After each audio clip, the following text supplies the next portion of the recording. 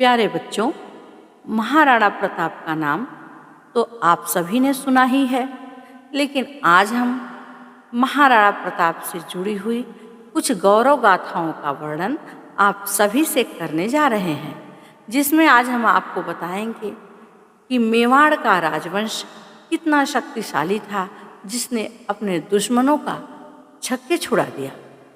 वैसे तो मेवाड़ का इतिहास अत्यधिक प्राचीन है। पुरातात्विक खुदाइयों से पता चलता है ईसा पूर्व दूसरी शताब्दी से पहली शताब्दी तक यहाँ नदियों के किनारे केवल मानव बस्तियां ही थीं। महाराणा प्रताप के पूर्वजों का काल गुहादित्य से आरंभ होता है। विदेशी आक्रमणकारियों से मेवाड़ को स्वतंत्र रखने के लिए मेवाड़ के राजा प्रबल संघर्ष करने के प्रमाण यहाँ के उत्तराधिकारियों की वीरता की गाथाओं से मिलते हैं।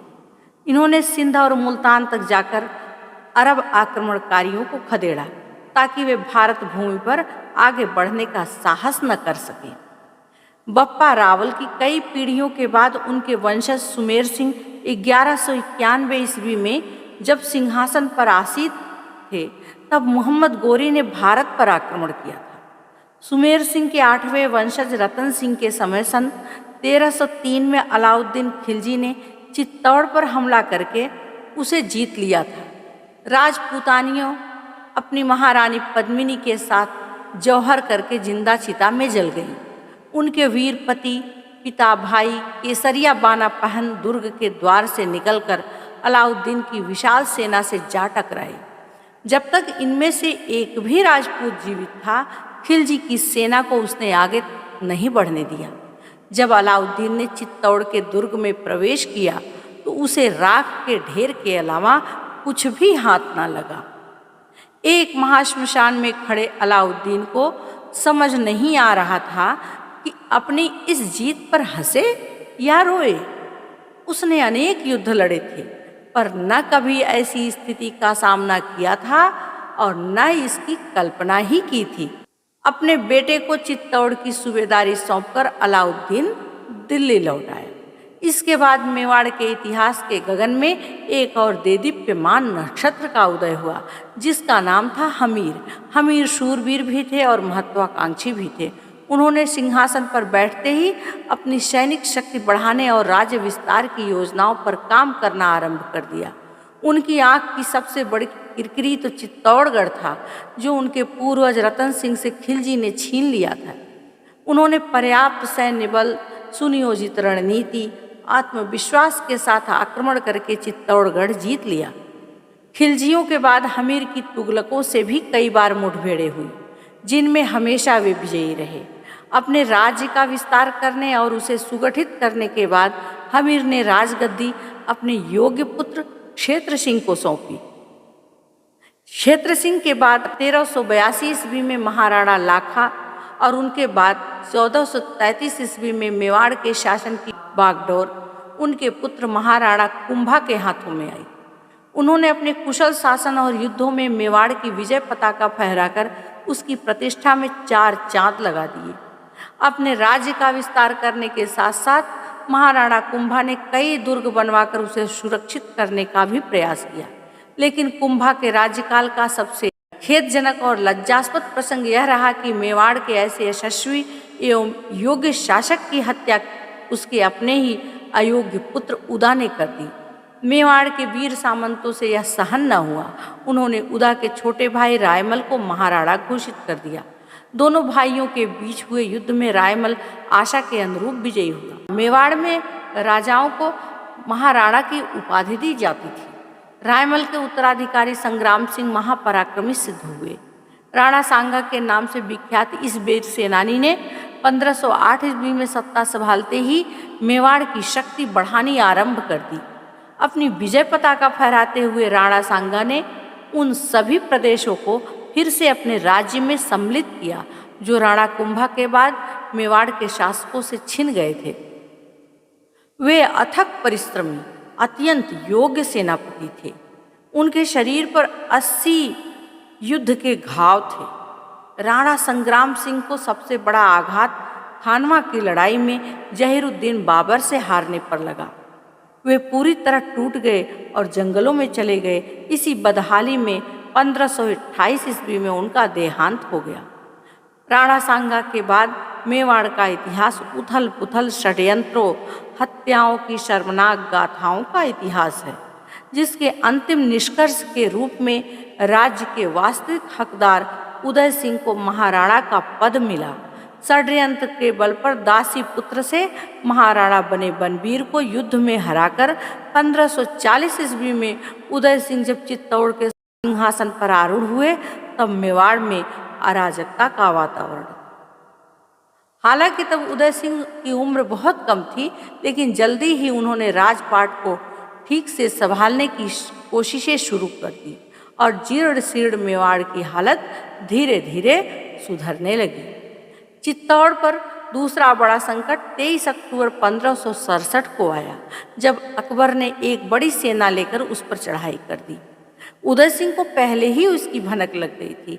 वह पश्चिमी पहाड़ी प्रदेश में चले गए। किले की सुरक्षा के लिए उन्होंने वीर राजपूत जयमुल और फत्ता के नेतृत्व में 8000 राजपूतों को नियुक्त कर दिया। आसपास का इलाका खाली करवा दिया गया। कुछ लोग दूर जंगलों और पहाड़ों में चले गए। बाकी करीब 30,000 नगरवासी किले को सुरक्षित जानकर वहां आ गए। उन दिनों किला जीतने का एक पुराना आजमाया हुआ तरीका था, उसकी घेराबंदी करके पड़े रहना। जब किले का राशन पानी खत्म हो जाता था, तो उसमें तैनात छोटी सी सेना को फाटक खोलकर खुले में शत्रु से लड़ना ही पड़ता था। अकबर ने भी यही किया। वह कई महीनों तक किले को घेर कर बैठा रहा, पर उसके पास न इतना धैर्य था और न ही इतना समय था। उसने अपने कारीगर लगाकर दुर्ग की मजबूत चारदीवारी में सुरंगें बनाने और कई स्थानों पर उसे तोड़ने का काम शुरू कर दिया। आखिरकार राजपूतों के भरसक विरोध के बावजूद किले की दीवार कई जगहों से टूट गई। अब प्रत्यक्ष युद्ध के अलावा कोई विकल्प न था। राजपूतनियां जौहर की ज्वाला में कूद गईं। केसरिया बाना पहने वीर राजपूत दुर्ग के द्वार खोलकर मुगलों की विशाल वाहिनी पर टूट पड़े। विजयी अकबर ने चित्तौड़ में प्रवेश किया तो न वहां उदय सिंह मिले और न ही उनका शाही खजाना। चीता की राख के अलावा अगर वहां कुछ था तो वे निस्सहाय परिवार, जिन्होंने शत्रु के भय से गढ़ में शरण ली थी। अकबर महान कहे जाने वाले इस मुगल सम्राट ने खींचकर उन सबके कत्लेआम का हुक्म जारी कर दिया। उन निहत्थे पर मुगल सैनिक टूट पड़े और देखते ही देखते वहां लाशों के ढेर लग गए। राजपूतों की आन बान का प्रतीक चित्तौड़ अब मुगलों के कब्जे में था। चित्तौड़ के लिए लड़ी गई 3 मुख्य लड़ाइयों पर अगर हम नज़र डालें तो स्पष्ट हो जाएगा कि अजेय समझे जाने वाले इस दुर्ग की रक्षा करना वास्तव में लगभग असंभव है। उसके चारों ओर का समतल भूभाग शत्रु सेना को पड़ाव डालने और किले को घेर कर बसे रहने की पूरी सुविधा देता है। शत्रु द्वारा किले की पूरी नाकेबंदी हो जाने से बाहर से कोई सहायता नहीं मिलती और अंदर रसद खत्म हो जाने पर रक्षक सेना को बाहर आकर शत्रु का सामना करना पड़ता था। उदय सिंह जानते थे कि एक न एक दिन चित्तौड़ जैसे असुरक्षित गढ़ से उन्हें निकलना पड़ सकता है। किसी प्रबल शत्रु के आक्रमण की स्थिति में किला राजपूतों के हाथ से निकल सकता है। उदय सिंह ने क्षत्रिय धर्म का पालन किया। अनावश्यक युद्धों से भी कतराते तो उन्हें अवश्य कायर माना जाता, लेकिन सिंहासन पर आसीन होने के बाद अपने राज्य की सुदृढ़ता के लिए और उसे विस्तार देने के लिए उन्होंने सैनिक अभियान भी चलाए, जिनमें से अधिकांश में वे विजयी रहे। इतना अवश्य है कि ये युद्ध उनके आदेश पर उनके सामंतों ने और किशोरा अवस्था में कदम रखते ही उनके पराक्रमी पुत्र प्रताप सिंह ने लड़े। राणा उदय सिंह के राजवंश की जयवंता बाई ही उनकी पटरानी थी और उनके ज्येष्ठ पुत्र प्रताप सिंह, जिनका जन्म 9 मई 1549 को हुआ। परिवार में प्रताप सिंह सबसे बड़े थे। उनकी माता जयवंता बाई पटरानी होने के अतिरिक्त सबसे कुलीन परिवार से भी थी। उदय सिंह का राज्यकाज उथल पुथल से भरा था। उन्हें अपना सारा ध्यान राज्य को सुरक्षित करने अपने शत्रुओं पर नियंत्रण रखने और सेना को सुदृढ़ करने में लगाना पड़ता था। इसी क्रम में उन्होंने पहाड़ियों से घिरे घिरवा प्रदेश में, जो काफी सुरक्षित था, उदयपुर का निर्माण भी आरंभ कराया। सभी राजकुमारों की शिक्षा, दीक्षा व शस्त्र प्रशिक्षण का उचित प्रबंध किया था, पर उनमें से कोई भी प्रताप जैसा योग्य सिद्ध न हुआ।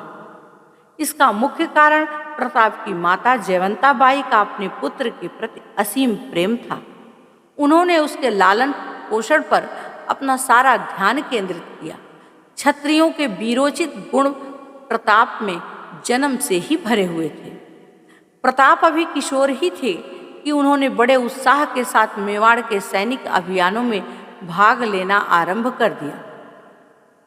प्रताप अभी युद्ध की दृष्टि से कम उम्र के ही थे, लेकिन पिता का आदेश पाकर 2000 घुड़सवारों के साथ सैनिक अभियान पर बड़े उत्साह से निकल पड़े। उन्होंने छप्पनियों से उलझने के बजाय उनकी घेराबंदी का आदेश दिया और आगे बढ़ गए। जब वह युद्ध जीत करके वापस आए तो महाराणा ने उनका भव्य स्वागत किया।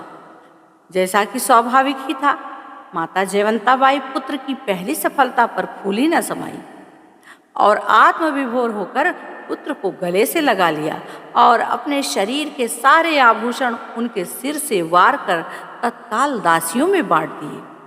उनके बेटे प्रताप का यह उत्कर्ष दुश्मनों की छाती पर सांप लौटने जैसा। यह तो शुरुआत थी। इसके बाद तो प्रताप नियमित रूप से पिता के सैनिक अभियानों का नेतृत्व करते रहे, क्योंकि उदय सिंह स्वयं तो युद्ध क्षेत्र में कम ही जाते थे, पर इनमें से अधिकांश छोटी लड़ाइयाँ ही थी। किसी बड़े युद्ध की योजना और रणनीति का व्यवहारिक अनुभव उन्हें नहीं हुआ। प्रताप को किशोरावस्था से ही शिकार खेलने का बहुत शौक था। वे बंधु बांधवों के साथ वन प्रदेश में आखेट के लिए जाते तो कई कई दिन वहाँ व्यतीत करते थे। इस कारण उनका वनवासी भीलों के साथ भी बहुत अच्छा संपर्क हो गया था। मेवाड़ के राजकुमार की विनम्रता और अपनेपन से वनवासी बहुत प्रभावित हुए, जो आगे चलकर प्रताप के प्रति उनकी अनन्य स्वामी भक्ति का कारण बना। प्रताप की व्यक्तिगत वीरता के कारण वे मेवाड़ के सामंतों में ही नहीं, सैनिकों में भी बहुत लोकप्रिय हो गए थे। वीर योद्धा होने के साथ साथ प्रताप अत्यंत विनम्र, संवेदनशील भी थे। बड़े तो क्या, अदना से अदना व्यक्ति से भी वे विनम्रता का व्यवहार करते थे। प्रताप उन दिनों सबसे प्रिय रानी राजा उदय सिंह की धीरज बाई भटियाड़ी थी, जो चाहती थी कि हमारा बेटा राज्य का उत्तराधिकारी बने। इसलिए वे अंदर अंदर कुछ षड्यंत्र भी करने लगे। उदय सिंह आजीवन मेवाड़ की सुरक्षा के प्रति अत्यंत चिंतित व सचेत रहते थे। वे भली भांति जानते थे कि उनके बाद उनका ज्येष्ठ पुत्र प्रताप ही इस योग्य है, वही इस राज्य की रक्षा कर सकता है। ऐसे में उसे युवराज पद से हटाना युक्त संगत नहीं लग रहा था। 18 फरवरी 1572 को उदय सिंह के सीने में दर्द हुआ और उसी दिन उन्होंने प्राण त्याग दिए। पिता की मृत्यु से शोकाकुल प्रताप इतना भी भूल गए कि मेवाड़ राजवंश की परंपरा के अनुसार युवराज महाराणा के दाह संस्कार में नहीं जाता, लेकिन उन्होंने अपने ज्येष्ठ पुत्र होने के नाते वे पिता को मुखाग्नि देना अपना कर्तव्य समझते थे। राजमहल में जो षड्यंत्र चल रहा था उससे वे भिज्ञ थे, लेकिन वह यह नहीं जानते थे कि महाराणा के मरने के तुरंत बाद ही इतना षड्यंत्र इतना भारी होगा कि भाई जगमल ही राजा बनने के लिए तैयारी करने लगे। इधर जैसे ही राजा को प्रताप अंतिम संस्कार करने के बाद उनकी आत्मा के लिए शांति की प्रार्थना कर रहे थे, उधर जगमल के राज्याभिषेक हो रहा। यह मत न सामंतों का था न मंत्रियों का था, किसी को भी नहीं पता था, किसी को पसंद नहीं था कि हाँ मेवाड़ का उत्तराधिकारी जगमल बनाया जाए। उदय सिंह का शोक था तो शाम को नए महाराणा के राज्याभिषेक का आयोजन यह किसी से पच नहीं रहा, क्योंकि सामंतों को बिल्कुल पसंद नहीं था कि एक अयोग्य व्यक्ति महाराणा बने। जैसे ही वहां से लोग आए, प्रताप बाहर ही ड्योढ़ी पर खड़े रहे। कृष्णदास और रावत सांगा ने जगमल का हाथ पकड़ा। कुंवर जी, आप इस सिंहासन पर कैसे बैठे हैं? आपका स्थान तो इसके सामने है। इसे उठाते हुए कृष्णदास बोले, किंतु मेरे पिता महाराणा उदय सिंह ने ही तो मुझे यह राज सिंहासन सौंपा है। यह कहते कहते बात जगमल के गले में अटक गई, क्योंकि वह थोड़ा सा कम बोलता था, लेकिन अंदर अंदर षड्यंत्र करता था। उसके पास इतना धैर्य भी नहीं था, न ही उसके पास साहस और वीरता थी कि वह सीधे सीधे प्रताप का सामना कर सके। वह चुपचाप अपने आसन से उठकर खड़ा हुआ। आइए प्रताप जी, कृष्णदास ने सिंहासन की ओर संकेत करते हुए द्वार पर ठिठके प्रताप को पुकारा। प्रताप आकर सिंहासन पर बैठे तो उन्होंने स्नेह से कहा, बैठो जगमल। उसके साथ ही उन्होंने अपने सामने वाले आसन की ओर संकेत किया, जो उसके लिए उपयुक्त और सम्मानप्रद स्थान था। उत्तर में जगमल चुपचाप दरबार से बाहर चला गया। उसने कल्पना भी नहीं की थी कि महाराणा बनने का उसका सपना इतनी आसानी से चकनाचूर हो जाएगा। परंपरा अनुसार सभी ने महाराणा प्रताप का राज्य तिलक किया और सामंतों ने परंपरानुसार अपनी भेंट दी। महाराणा को झुककर प्रणाम किया। भगवान एक लिंग की जय, महाराणा प्रताप की जय। दरबार जय घोष से गूंज उठा, क्योंकि मेवाड़ को उसका नया अधिपति मिल गया था, एक योग्य, गुणशील, पराक्रमी शासक।